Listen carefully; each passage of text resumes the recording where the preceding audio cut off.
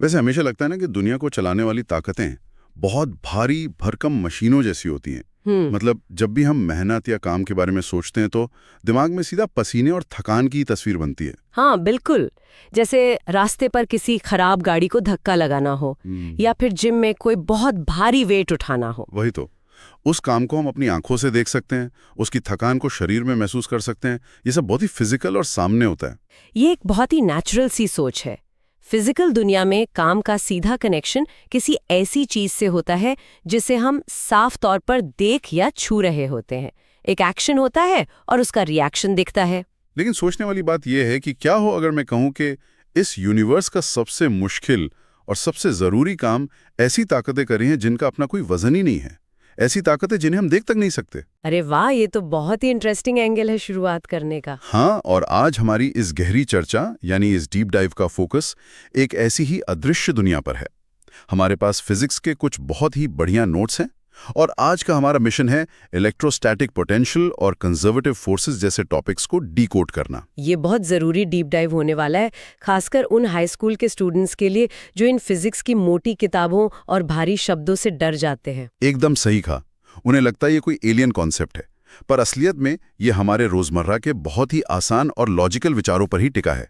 तो चलिए आज इस दरिया में उतरते हैं। बिल्कुल, मैं तो तैयार हूँ। कहाँ से शुरू करें? बेसिक पॉइंट से शुरू होते हैं कि आखिर एनर्जी जमा कैसे होती है। अच्छा, तो आपका मतलब है स्टोर्ड एनर्जी। हाँ, जैसे मान लीजिए हम एक स्प्रिंग को बहुत जोर से दबाते हैं या फिर ग्रेविटी के खिलाफ कोई काम करते हैं, जैसे किसी भारी पत्थर को पहाड़ पर चढ़ाना। वो जो मेहनत है वो कहाँ जाती है? वो हवा में तो गायब होती नहीं है। सही पकड़ा। वो जो मेहनत या काम हमने किया वो उस ऑब्जेक्ट के अंदर पोटेंशियल एनर्जी के रूप में छुप जाता है, यानी जमा हो जाता है। और जब हम उस दबी हुई स्प्रिंग को अचानक छोड़ते हैं तो वो जमा हुई पोटेंशियल एनर्जी तुरंत काइनेटिक एनर्जी में बदल जाती है ना? चीज आगे को उछलती है। एकदम परफेक्ट। यही इस पूरी थ्योरी का बेस है। सबसे ध्यान देने वाली बात यहाँ ये है कि पोटेंशियल एनर्जी और काइनेटिक एनर्जी का जो टोटल जोड़ है वो हमेशा सेम रहता है। एनर्जी ना तो बनाई जा सकती है ना ही नष्ट होती है, वो बस अपना रूप बदलती है। और इसी क्वालिटी को साइंस में कंजर्वेटिव फोर्स कहते हैं। तो स्प्रिंग और ग्रेविटी दोनों ही इसके मस्त एग्जांपल्स हैं। हाँ, और यहीं पर हमारे नोट्स एक बहुत बड़ा पॉइंट रखते हैं। जो कूलम फोर्स होता है ना, जो दो रुके हुए चार्जेस के बीच लगता है, वो भी बिल्कुल एक कंजर्वेटिव फोर्स ही है। वेट, यानी चार्जेस भी ग्रेविटी की तरह ही बिहेव करते हैं? बिल्कुल, ये भी ग्रेविटी की तरह ही इनवर्स स्क्वायर लॉ को फॉलो करता है। बस फर्क इतना सा है कि ग्रेविटी में मासेस होते हैं और यहाँ पर हमारे पास इलेक्ट्रिक चार्जेस होते हैं। Oh wow!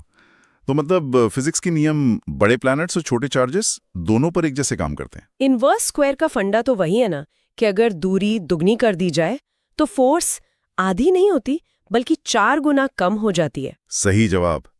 प्रकृति का ये बहुत खूबसूरत बैलेंस है। दूरी बढ़ने पर ताकत उसी मैथ के हिसाब से कमजोर पड़ती है। तो इस चार्ज वाली कंजर्वेटिव फोर्स को आम जिंदगी से जोड़ते हैं। जैसे मैं पत्थर वाले एग्जाम्पल का सोच रही थी।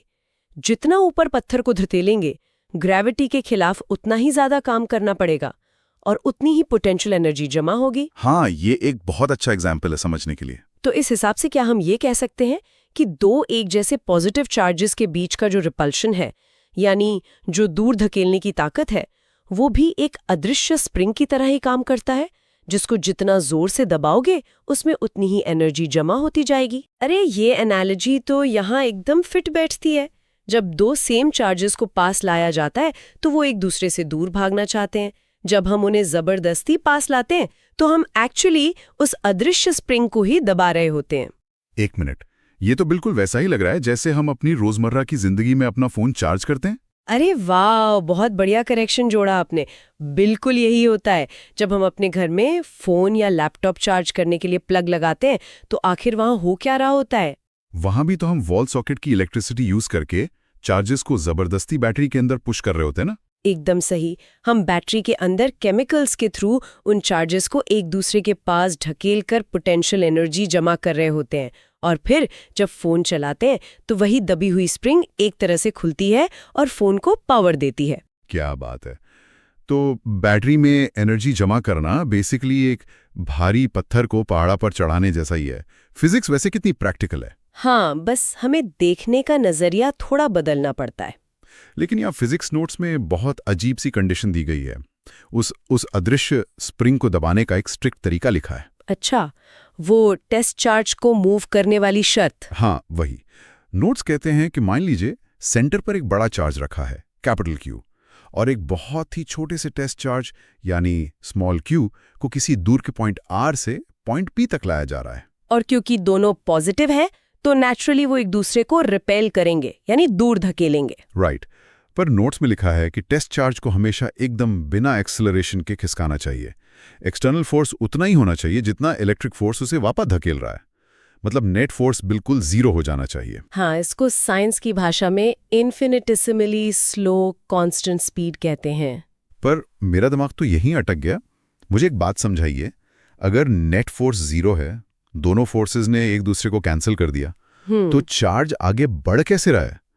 ये किसी स्लो मोशन पिक्चर जैसा लग रहा है जहां टाइम ही रुक गया हो। मैं समझ सकती हूँ, ये उलझन बहुत ही कॉमन है। लोग सोचते हैं नेट फोर्स जीरो है तो चीज वहीं रुक जानी चाहिए। पर यहाँ न्यूटन का पहला नियम याद कीजिए। वो वाला जिसमें चीज रुकी है तो रुकी रहेगी और चल रही है तो चलते रहेगी। बिल्कुल। जब नेट फोर्स जीरो होता है तो इसका मतलब ये नहीं कि फोर्स गायब हो गया। इसका मतलब है कि इक्विलिब्रियम आ गया है, यानी संतुलन। फोर्स लग रहा है पर आगे और पीछे का फोर्स बराबर है। तो मोशन शुरू कैसे हुआ वहां पर? शुरुआत में चार्ज को हिलाने के लिए बस एक बहुत ही माइनर सा फोर्स लगाया जाता है जिससे वो चलना शुरू कर दे। पर उसके तुरंत बाद हम आगे बढ़ाने वाले फोर्स को ठीक इलेक्ट्रिक फोर्स के बराबर कर देते हैं। तो स्पीड बढ़ती नहीं है, बस कांस्टेंट रहती है, कोई एक्सीलरेशन नहीं होता। लेकिन इस एक्सीलरेशन से इतनी दुश्मनी क्यों है फिजिक्स वालों को? क्योंकि अगर एक्सीलरेशन हुआ तो चार्ज की स्पीड बढ़ जाएगी, और अगर स्पीड बढ़ी तो जो काम हम कर रहे हैं उसका थोड़ा हिस्सा काइनेटिक एनर्जी में चला जाएगा। ये बेसिकली एनर्जी की लीकेज है। अच्छा, मतलब हम नहीं चाहते कि एनर्जी वेस्ट हो, हम चाहते हैं कि की गई मेहनत 100% पोटेंशियल एनर्जी के अकाउंट में जाके जमा हो जाए। सही पकड़ा।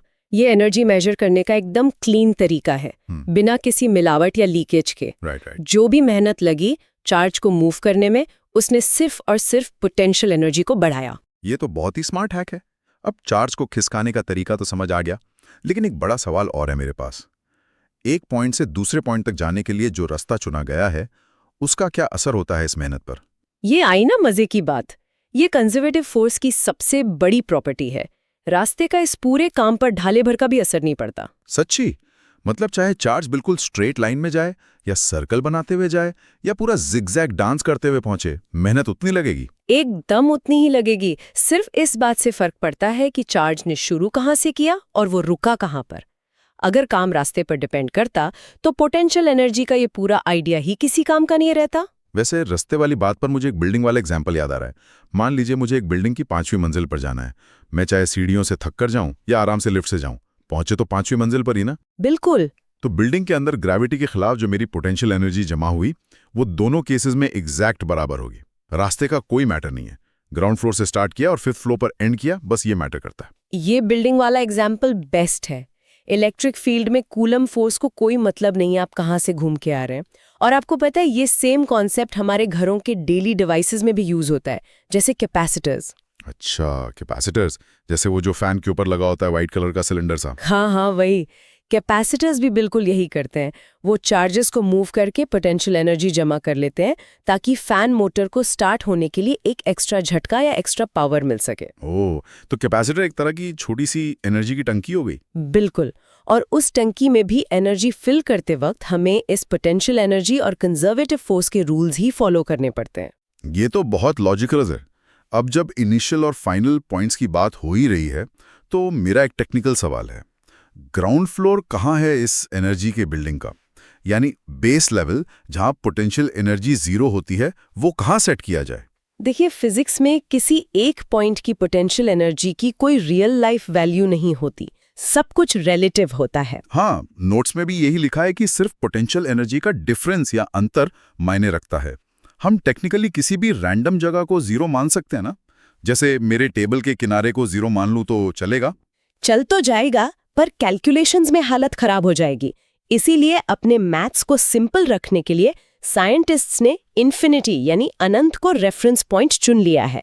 अनंत पर पोटेंशियल एनर्जी 0 होती है। एक मिनट, यहीं पर मेरा दिमाग खराब होता है। अनंत पर 0 क्यों? क्या उसी ओरिजिन पॉइंट को 0 मानना आसान नहीं होता जहां पर वो मेन चार्ज रखा है? इन्फिनिटी जैसी इमेजिनरी जगह को चूज करके साइंस क्यों चीजों को फालतू में मुश्किल बनाता है? सुनने में अनंत का कॉन्सेप्ट थोड़ा भारी लगता जरूर है, पर थोड़ा ध्यान से सोचिए। जिस पॉइंट पर बड़ा चार्ज रखा है वहां उसका फोर्स सबसे ज्यादा मैक्सिमम होगा ना? हाँ, वहां तो उसका प्रभाव सबसे तगड़ा होगा। तो जैसे जैसे हम उससे दूर जाएंगे उस चार्ज का फोर्स कम होता जाएगा, इनवर्स स्क्वायर लॉ की वजह से। फिर वो 0 कहाँ होगा? वहां जहां डिस्टेंस इतना ज्यादा हो जाए कि उसका असर ही खत्म हो जाए। अच्छा, तो वो टेक्निकली अनंत हो गया। Exact point. अनंत का मतलब कोई पैरेलल यूनिवर्स नहीं है, बस वो एक ऐसी जगह है जहाँ ओरिजिन वाले चार्ज का धोले भर का भी असर नहीं पहुंच रहा।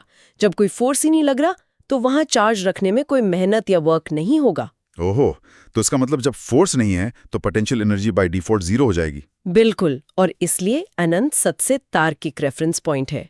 अगर ओरिजिन को 0 मान लेते तो मैथ न रहती, मजाक बन जाती। क्योंकि जब डिस्टेंस 0 होता तो इनवर्स स्क्वायर के हिसाब से फोर्स अनंत या इन्फिनिट हो जाता।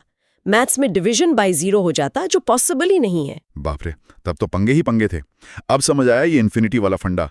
अनंत कोई अजीब डरावनी जगह नहीं, बल्कि वो शांत पॉइंट है जहां कोई फोर्स नहीं है।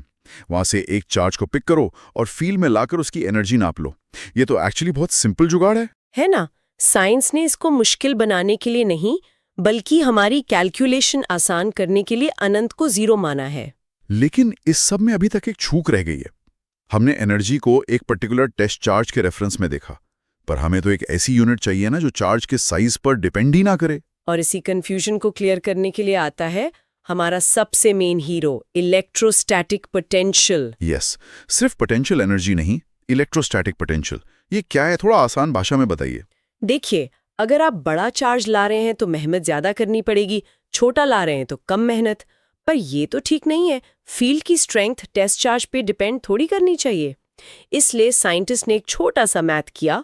उन्होंने टोटल मेहनत को चार्ज की वैल्यू से डिवाइड कर दिया। Work divided by charge.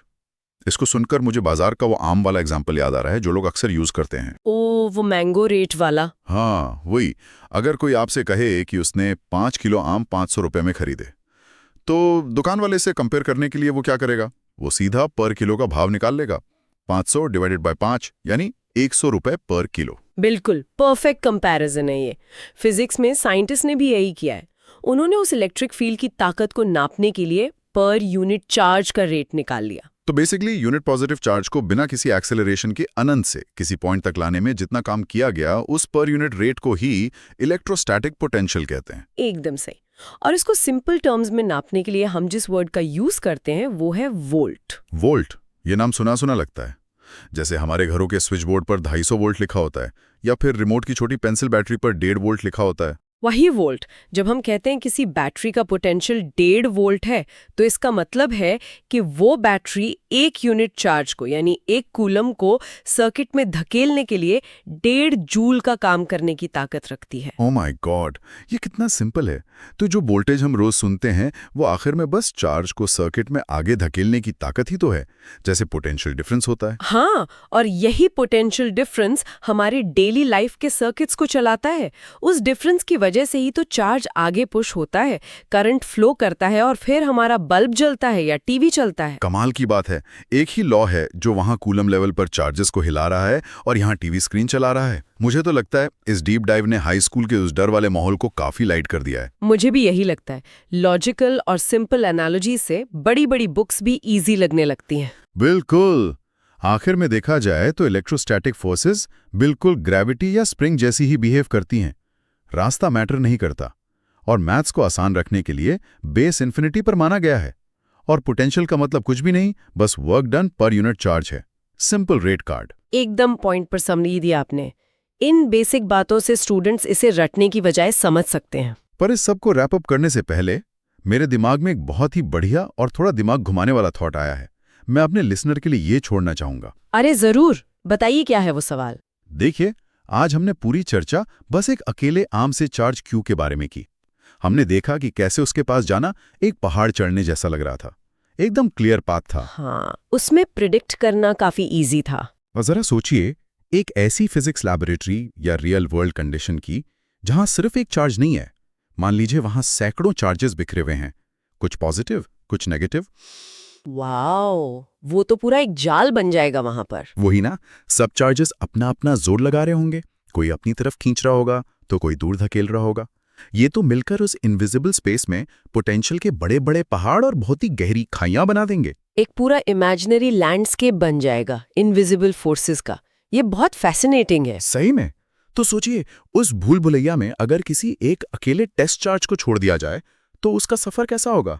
वो टेस्ट चार्ज उस इनविजिबल मैप में अपना रास्ता कैसे खोजेगा, कहां फंसेगा और कहां से निकल जाएगा? ये सोचे तो फिजिक्स का सबसे खूबसूरत और कॉम्प्लेक्स हिस्सा है ना? और यही वो सवाल है जिसके साथ आज हम आपको यहां सोचने के लिए छोड़ते हैं। इस अदृश्य दुनिया में एक्सप्लोर करने के लिए अभी बहुत कुछ बचा है। अगली बार किसी भी मोटी किताबी वर्ड से मत डरिएगा, क्योंकि उसके पीछे हमारी रियल दुनिया की ही आसान सी मैथ्स छुपी होती है। तो आज के इस डीप डाइव में इतना ही।